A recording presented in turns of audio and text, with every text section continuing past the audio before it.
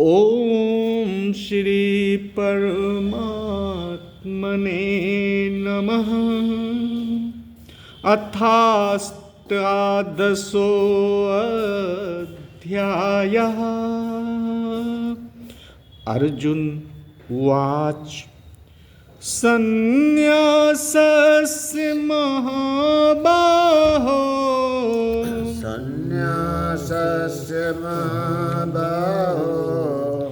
तत्त्वम् इच्छामि वेदितुम्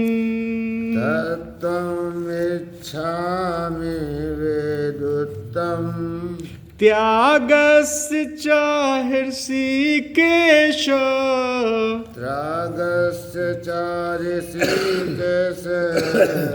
पृथक् केशिनिषूदन।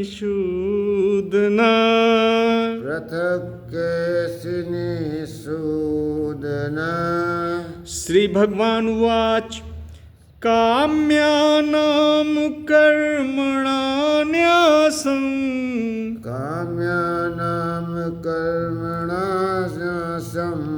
सन्न्यासं कवयो विदुः।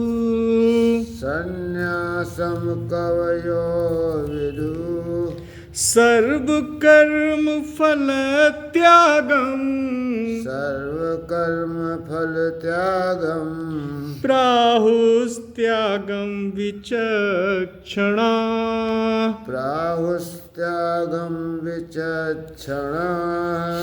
जी, ये गीता का 18वां अध्याय, ये अंतिम शिखर है गीता के दर्शन का। अभी तक आपने 17 अध्यायों में जितने सिद्धांतों का ज्ञान प्राप्त किया है, जीवन क्या है, जगत क्या है, ईश्वर तत्व क्या है, मनुष्य का कर्म क्या होना चाहिए, मनुष्य का धर्म क्या होना चाहिए, मनुष्य के जीवन का चरम शिखर क्या है, उसकी अंतरात्मा का स्वरूप क्या है, ईश्वर तत्व क्या है, ईश्वर कितने प्रकार के कर्म करता है, एक एक चीज आपको 17वें अध्याय तक बता दी गई है।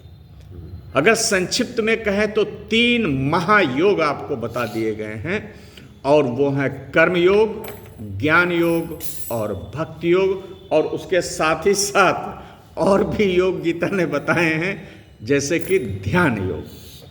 तो गीता हर अध्याय को योग बना देती है। This is something we have to understand. हर योग गीता में जितने भी अध्याय हैं, वे सबके सब योग बना दिए गए हैं, अर्थात भगवान से मिलन के मार्ग बना दिए गए हैं। ये समझ लीजिए। तो अब क्या बचा? प्रश्न ये उठता है कि जब 17 अध्यायों में भगवान वासुदेव श्री कृष्ण ने जीवन और जगत की और अपने स्वयं की आत्मा की सारे जो रहस्य हैं वो एक एक करके उद्घाटित कर दिए हैं, तो अब बचता क्या है? एक अब सबसे महत्वपूर्ण बचती है बात, वो हम आपको बताने जा रहे हैं कि इसमें उनका परम वचन क्या होना चाहिए। वो आया है कि मेरा परम वचन क्या है। और इसमें जब इस अध्याय का कंक्लूड होगा ये अध्याय, तो आप देखोगे वो वर्ष नंबर 66 नंबर की वर्ष में आएगा, सर्वधर्मान परित्यज्य मामेकम शरणम व्रज अहम त्वा सर्व पापेभ्यो मोक्षयिष्यामि मा शुचः। ये उनका परम वचन आएगा। तो इसमें बचा क्या था अभी तक? देखो, तीनों योगों के विस्तार से वर्णन करने के बाद एक जो सबसे महत्वपूर्ण चीज बची थी वो थी शरणागति, शरणागति का योग, वो बची हुई थी और ये अध्याय उसी को लेकर के आया है। लेकिन इस अध्याय के प्रारंभ में अर्जुन ने बड़ी एक सूक्ष्म बात पूछ दी जो अभी तक उन्होंने नहीं पूछी थी, और वो था क्या कि हे महाबाहो, हे वासुदेव, मैं सन्यास और त्याग को पृथक पृथक रूप से समझना चाहता हूं। त्याग क्या है और सन्यास क्या है? तो वो वही कह रहे हैं कि केस निषूदन माने हे वासुदेव, हे महाबाहो। ऋषिकेश जो अंतर्यामिन होते हैं उनके लिए आता है, तो ऋषिकेश मैं आपसे वेदितुम जानना चाहता हूं। क्या जानना चाहता हूं? त्याग और सन्यास को मैं पृथक पृथक रूप से जानना चाहता हूं। देखिए, ये बड़ा सूक्ष्म प्रश्न है, भगवान उसका आगे के श्लोक में उत्तर देंगे। तो आप देखिए कि हे महाबाहो, हे अंतर्यामिन, कई संबोधन उन्होंने एक साथ कर दिए हैं। केस निषूदन, हे वासुदेव, सन्यासस्य, पहला पद, सन्यास और त्यागस्य उसके नीचे आ गया, सन्यास और त्याग, तत्वम, इनका जो तत्व है, इनका जो मूल अर्थ है, मैं पृथक वेदितुम इच्छामि, मैं उसको पृथक पृथक रूप से समझना चाहता हूं। ये तो रही हमारी पहली वर्ष। अब त्याग के विषय में दूसरे 4 सिद्धांतों का कथन। श्री भगवान उवाच, भगवान कह रहे हैं क्या त्याग है और क्या सन्यास है। तो इसका वो वर्णन अब पहले इसमें वो त्याग का वर्णन करेंगे। काम्यानाम कर्मणाम न्यासम सन्यासम कवयो विदु। भाई बहुत सारे, अब भगवान जितने भी प्रकार की विचारधाराएं उस समय प्रचलन में हो रही हों, तो वो भगवान उसको समराइज कर देते हैं कि बहुत सारे पंडित जन, कवयों का ये जो कवि का जो बहुवचन है वो कवया हो गया है। तो ये उस समय के लिए उनके लिए होता था जो बड़े पंडित होते थे, विद्वान होते थे और इन आध्यात्मिक विषयों का बड़ा ज्ञान रखते थे। तो उनको उस समय कवया कहा जाता था, पंडित जन। क्या कहते थे? काम्यानाम कर्मणाम न्यासम सन्यासम विदुः।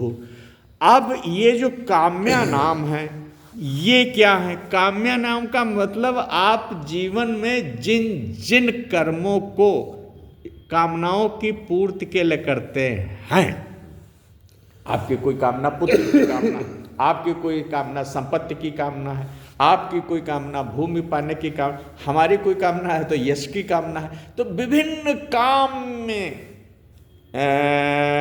जो कर्म हैं, मतलब कामना जिसमें पीछे बैठी हुई है, कामना से प्रेरित होने वाले सारे कर्मों को काम्य कर्म कहते हैं। ठीक हो गया? तो बहुत सारे पंडित जी कहते हैं, पंडित जन कहते हैं कि ये जो काम्य कर्म है अर्थात कामना से होने वाले कर्म हैं, अगर इनका त्याग कर दिया जाए तो उसी को सन्यास कहते हैं।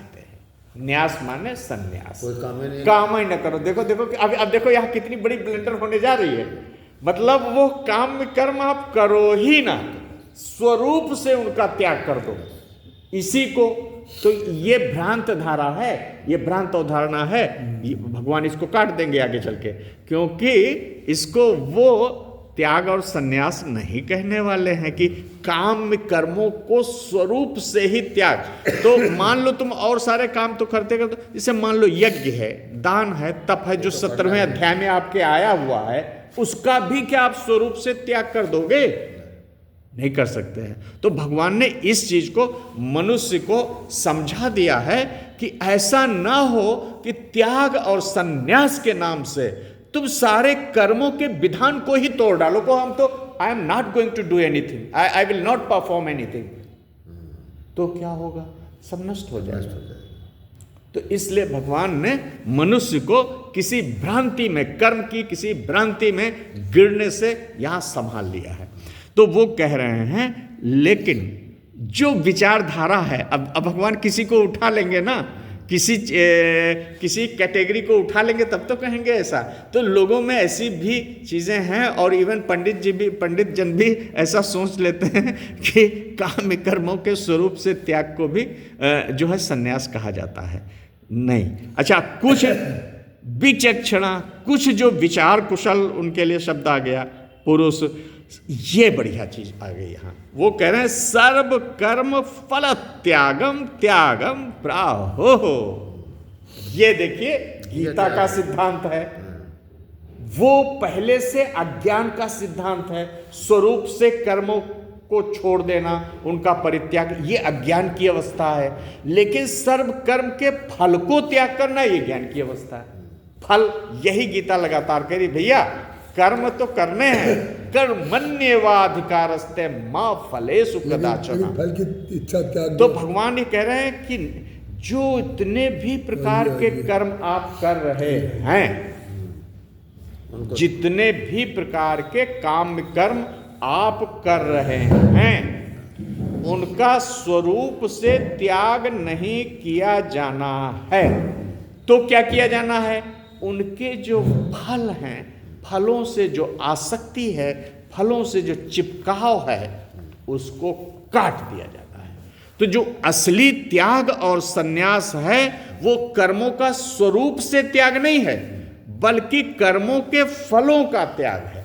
That is something wonderful and we have to take it into our practice, कि कर्म नहीं त्याग करने हैं, काम कर्म भी नहीं त्याग करने हैं, यज्ञ दान तप भी हमें त्याग नहीं करना, उसका परित्याग नहीं करना। अरे भाई, ये सब अगर आप कर्म छोड़ दें तो जीवन में बचता क्या है?